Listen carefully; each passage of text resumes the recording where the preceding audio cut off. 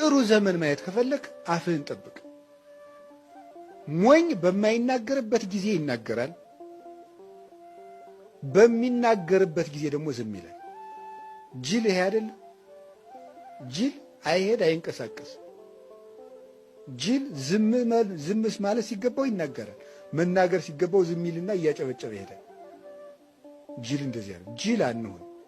አፋችን ክርክም ለውጥ ለማያመጣ ሰው መናገር አይገባም።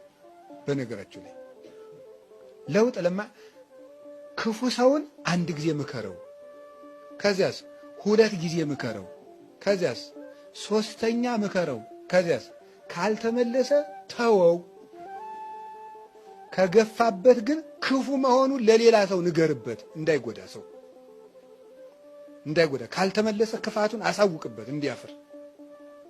አንተ ግን ተወው። የተድልፎ ለአብድ ከመይጽ ላይከ ሲራክ ያለው ሰነፍ ሰውን አትገስጸው። ምን ያደርጋል? ይጠላሃል። አንተ እኔን ልትመክረኝ ነው ይላል። ስለዚህ የማያስተካክልን ሰው ዝም። አባቶቻችንም እኮ በቤተ ክርስቲያን መልሰውት ንባብ ያልተመለሰን ዲያቆን ሂድ ነው የሚሉት። እዚህ ወዲህ ሂድ እያነበበ ንባቡን እያበላሸው በሊድ ሂድ በቃ